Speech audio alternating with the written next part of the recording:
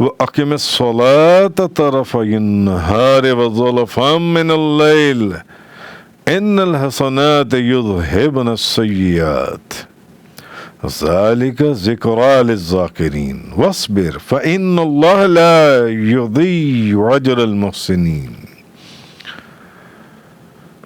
اور دن کی دونوں طرفوں میں اور ابتدائی رات کے کچھ حصوں میں نماز قائم رکھیے۔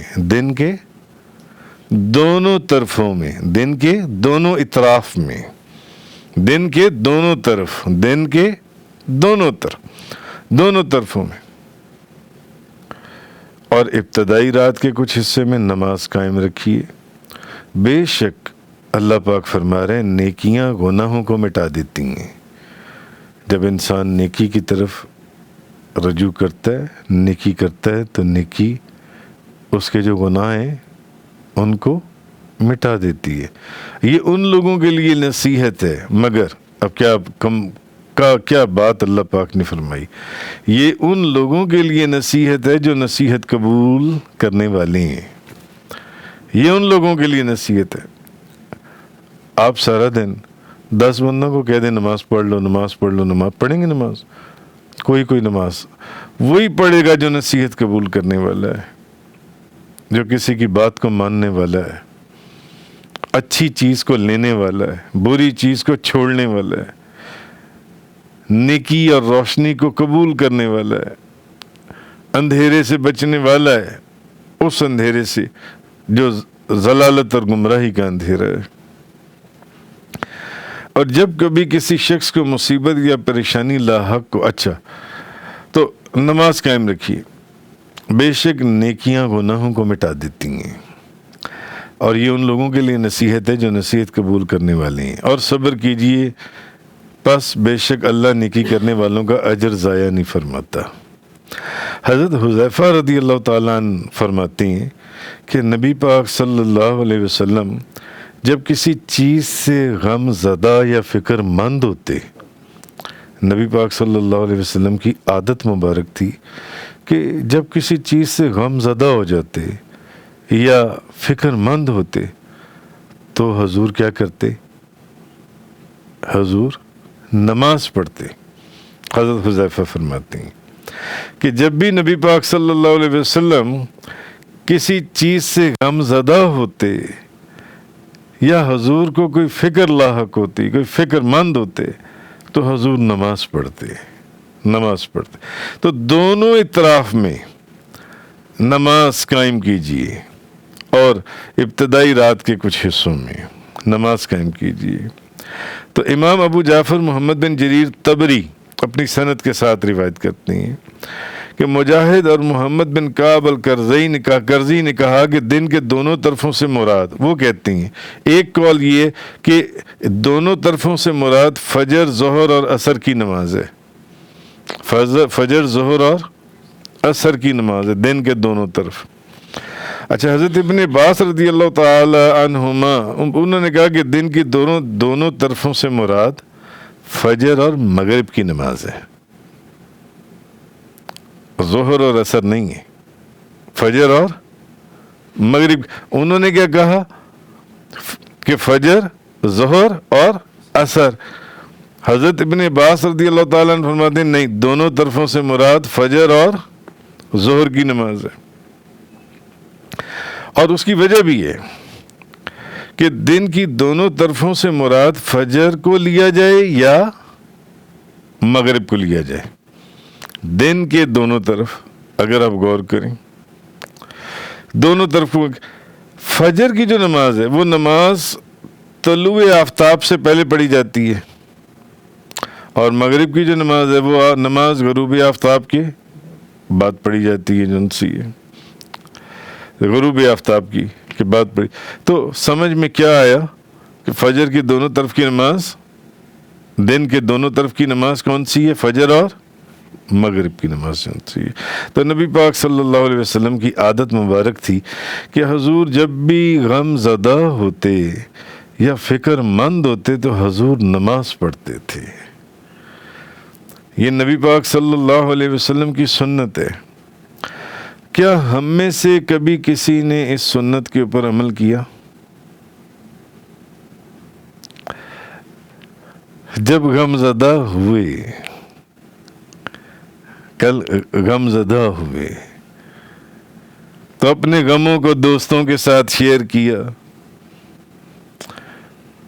یا جو آپ کا محرم راز ہے جس سے آپ محبت کرتے ہیں اس سے شیئر کیا، فوراً موبائل گھما دیا، شیئر کیا نا؟ تو نبی پاک صلی اللہ علیہ وسلم آپ جب غم زدہ ہوتے یا فکر مند ہوتے تو آپ نماز پڑھتے۔ حضرت ابو ہریرہ فرماتے ہیں اب نماز کی ویسے تو بے شمار فائدے احادیث کے اندر میں آپ لوگوں کے سامنے پہلے بیان کر چکا۔ حضرت ابو ہریرہ فرماتے ہیں کہ میں نے نبی پاک صلی اللہ علیہ وسلم کو فرماتے ہوئے سنا، بتاؤ تم میں سے کسی شخص کے دروازے کے اوپر سے دریا بہہ رہا ہو، دریا بہہ رہا ہو، اور وہ بندہ اس دریا میں روزانہ 5 مرتبہ غسل کرے، نہائے 5 مرتبہ، تم کیا کہتے ہو؟ کیا اس کے بدن پر کوئی میل باقی رہ جائے گا؟ 5 مرتبہ نہانے والا بندہ، آپ دن میں کتنی دفعہ نہاتے ہیں؟ مشکل سے 1 دفعہ، میں دن میں 2 دفعہ نہا لیتا ہوں، صبح شام۔ تو جو بندہ 5 مرتبہ نہائے، 5 مرتبہ، کیا پیاری مثال نبی پاک صلی اللہ علیہ وسلم نے دی۔ کیا اس کے بدن کے اوپر کوئی میل رہ جائے گا؟ صحابہ کرام نے کہا کہ اس کے بدن پر میل نہیں رہے گا۔ آپ نے فرمایا 5 نمازوں کی مثال ایسی ہے، 5 نمازوں کی مثال ایسی ہے، اللہ تعالیٰ ان کی وجہ سے اس کے گناہوں کو مٹا دے گا۔ جیسے وہ جس کے دروازے کے اوپر دریا بہہ رہا ہو اور وہ 5 مرتبہ نہائے تو اس کے بدن پر کوئی میل نہیں رہے گا، ایسے ہی جو بندہ 5 نمازیں پڑھے گا اس کے گناہ نہیں رہیں گے، اس کے گناہ نہیں رہیں گے۔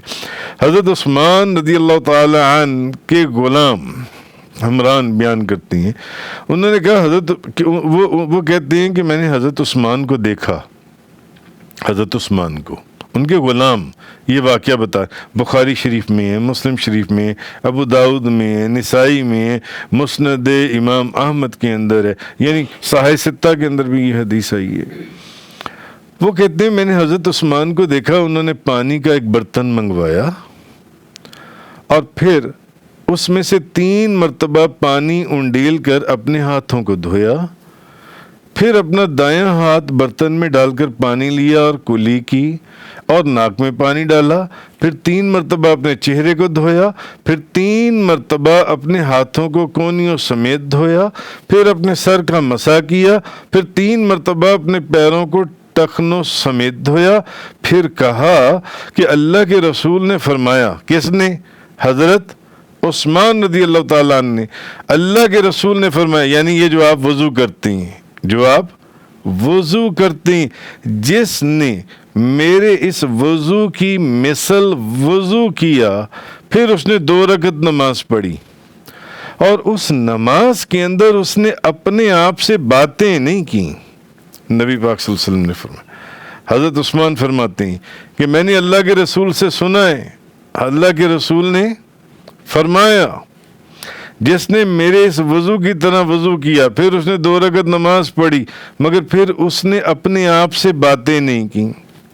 یعنی جب نماز پڑھ رہا تھا تو یہ نہیں کہ گھر اپنی دکان کا خیال کر رہا تھا، یا گھر میں اپنے بچوں کا خیال کر رہا تھا، یا سوچ رہا تھا کہ میں نے آج رات کو کیا کھانے، یا یہ نہیں کہ نماز پڑھ رہا تھا تو جناب سوچ رہا میں تو لیٹ ہو گیا ہوں، کس وقت جاؤں گا۔ بہرحال مختلف، یعنی اس نے اپنے آپ سے باتیں نہیں کی، مگر دل میں از خود بخود خیال آنا وہ ممنوع نہیں ہے۔ ممنوع یہ ہے کہ انسان خود دنیاوی باتوں کو سوچنا اور ان میں غور و فکر کرنا شروع کر دے۔ ادھر نماز نیت لی، اللہ اکبر، اور اب دل میں پروگرام بنانے شروع کر دیے، کل میں نے ادھر جانا ہے اور ادھر جانا ہے تو میں نے یہ کرنا ہے، راستے میں میں نے یہ کھانا ہے، گھر میں یہ پکانا ہے، خود سے پروگرامنگ شروع کر دی اپنی. یہ منع ہے. ہاں خود سے خیالات آ جائیں وہ منع نہیں ہے جن سے. تو اس کی تو آپ فرماتے ہیں کہ نبی پاک صلی اللہ علیہ وسلم جس نے اس طرح نماز پڑھی، جس نے اس طرح وضو کیا، 2 رکعت نماز پڑھی، اس نے کوئی کسی خیال کے اندر اپنے آپ کو خود سے ملوث نہ کیا، یہ عمل اس کے پچھلے گناہوں کو معاف کر دے گا. اس کے پچھلے گناہ معاف کر دیے جائیں گے اس عمل کی وجہ سے. یہ جون سا عمل ہے. تو ابو عثمان بیان کرتے ہیں کہ حضرت سلمان فارسی کے ساتھ ایک درخت کے نیچے کھڑا ہوا تھا، تو حضرت سلمان فارسی نے نا درخت کی ایک خشک شاخ کو پکڑ کر زور زور سے ہلانا شروع کر دیا. اس کے پتے جھڑنے لگے.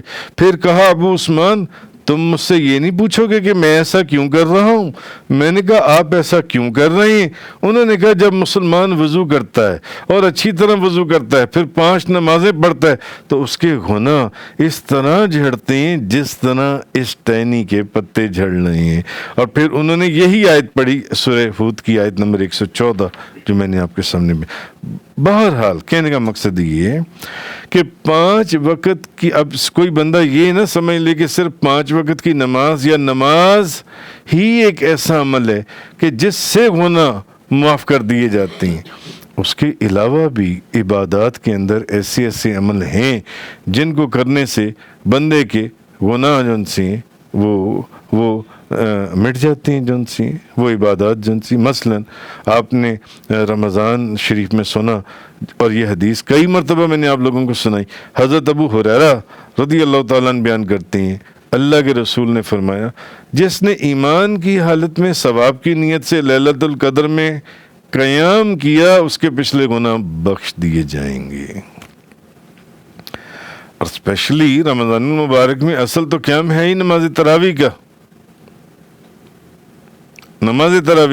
اس کے بھی تو یعنی کہ لیلۃ القدر کی رات بھی قیام کرنے والے جو لوگ ہیں ان کے بھی پچھلے گناہ معاف کر دیے جائیں گے.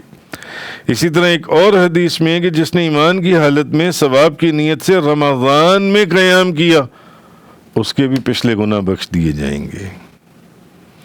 یہ بات میں صرف اس لیے لایا ہوں کہ کوئی بندہ یہ نہ سمجھے کہ صرف نماز ہی ایک ایسا عمل، نماز سے تو گناہ معاف ہوتے ہی ہیں، جھڑتے ہی ہیں، جیسے وہ ٹہنی سے پتے جھڑ رہے تھے حضرت سلمان فارسی والی حدیث جن سی ہے. تو اس کے بھی اسی طرح نبی پاک صلی اللہ علیہ وسلم نے فرمایا جس نے ایمان کی حالت میں ثواب کی نیت سے روزہ رکھا اس کے بھی پچھلے گناہ بخش دیے جائیں گے، اس کے بھی پچھلے گناہ بخش دیے جائیں گے. بہرحال جو گناہ کبیرہ ہیں، گناہ کبیرہ نیکیوں سے صغیرہ گناہ مٹتے ہیں، اور یا گناہ کبیرہ توبہ سے معاف ہوتے ہیں. گناہ صغیرہ آپ جب نیکیاں کرتے ہیں تو وہ خود بخود معاف ہوتے چلے جاتے ہیں، مٹتے چلے جاتے ہیں. مگر جو گناہ کبیرے ہیں ان کے لیے آپ کو توبہ کرنی پڑے گی، اللہ سے معافی مانگنی پڑے گی، یا پھر نبی کریم صلی اللہ علیہ وسلم کی شفاعت سے، یا پھر مفسرین فرماتے ہیں محض اللہ کے فضل سے.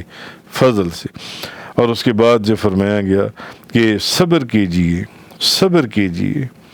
تو اصل ذکر کس کا ہو رہا تھا یہاں پر؟ کہ صبح اور شام کی نمازوں کا، اسپیشلی فجر اور مغرب کا، یا بعض کے نزدیک فجر ظہر عصر کا، یا بعض کے جو زیادہ قول ہے کہ فجر اور مغرب کا، کیونکہ دن کے دونوں کناروں پر تو یہی نماز ہے نا. وہ طلوع آفتاب سے پہلے، یہ غروب آفتاب کے بعد، یعنی دن کے دونوں کناروں پر یہ نماز آ گئی فجر اور ظہر. اصل چیز تو نماز کا ذکر ہو رہا ہے، تو پھر صبر کس چیز کا؟ اس کے بعد فرمایا اور صبر کیجئے. اب اس کا معنی مفسرین نے بیان فرمایا کہ جو نماز کے اوپر مشقت اٹھانی پڑتی ہے اس پر صبر کیجئے. جیسے کہ سورۃ طٰہٰ وَأْمُرْ أَهْلَكَ بِالصَّلَاةِ وَاصْطَبِرْ عَلَيْهَا، اپنے گھر والوں کو نماز کا حکم دیں اور خود بھی اس کی مشقت پر صبر کریں. اور یا پھر مفسرین نے فرمایا کہ جو کافر لوگ آپ کو تکلیفیں دیتے ہیں اس کے اوپر صبر کریں جو ان سے. تو اللہ پاک نے یہ چیز فرمائی اس آیت کے اندر، آیت نمبر وَأَقِمِ الصَّلَاةَ طَرَفَيِ النَّهَارِ وَزُلَفًا مِّنَ اللَّيْلِ، اور دن کی دونوں طرفوں میں اور ابتدائی رات کے کچھ حصوں میں نماز قائم رکھیے. إِنَّ الْحَسَنَاتِ يُذْهِبْنَ السَّيِّئَاتِ، بے شک نیکیاں گناہوں کو مٹا دیتی ہیں. ذَلِكَ ذِكْرَىٰ لِلذَّاكِرِينَ، یہ ان لوگوں کے لیے نصیحت ہے جو نصیحت قبول کرنے والے ہیں. وَاصْبِرْ فَإِنَّ اللَّهَ لَا يُضِيعُ أَجْرَ الْمُحْسِنِينَ، اور صبر کیجئے، بے شک اللہ نیکی کرنے والوں کا اجر ضائع نہیں فرماتا. اب وہ نماز کی مشقت ہے جو آپ اللہ کے لیے اٹھاتی ہیں اور آپ نماز پڑھتی ہیں، یا وہ کافروں کی تکلیفوں کے اوپر صبر ہے. بہرحال جو بھی اللہ تعالیٰ نیکی کرنے والوں کا اجر ضائع نہیں کرتا.